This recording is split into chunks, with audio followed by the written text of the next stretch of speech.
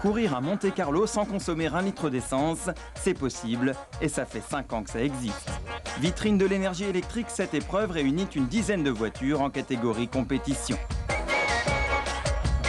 Au volant, certains pilotes sont habitués à des voitures de course plus classiques. Comparaison. Un moteur électrique a énormément de coûts par rapport à un moteur thermique. Donc en sortie de virage, il y a une accélération assez importante. Après, le moteur a tendance à stabiliser, donc il faut changer les rapports assez rapidement pour être toujours dans la plage d'utilisation du moteur. Il n'y a aucun bruit, on entend des petits bruits de roulement de roue, des batteries qui vibrent à l'arrière, mais c'est la seule chose.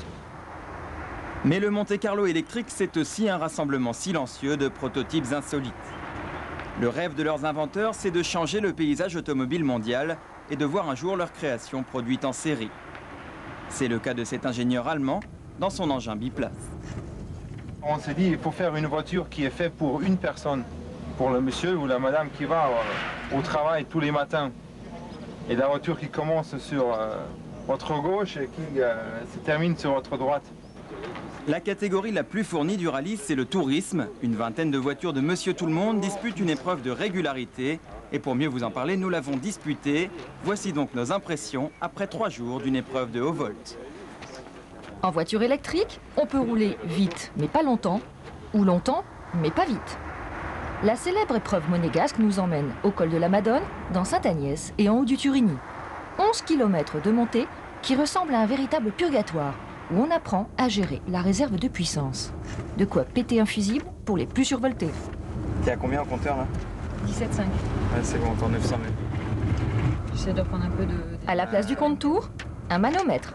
Sous les 20% de puissance, la panne nous guette. Ralentis honnêtement parce qu'on va être très en avance à l'intermédiaire sinon. D'accord, c'est bon, je recharge en plus, on est en descente. Voilà.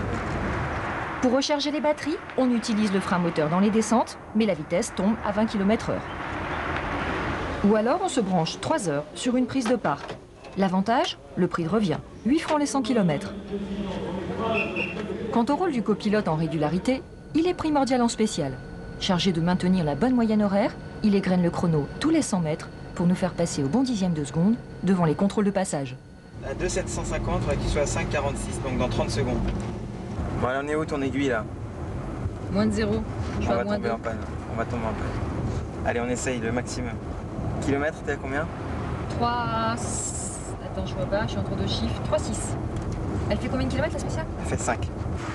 38, 6 x 6, 36, 6 minutes, 360, 6 minutes 28, 4. D'accord. Un vrai casse-tête chinois à 28 km/h de moyenne, mais en silence. Une autre philosophie de la conduite.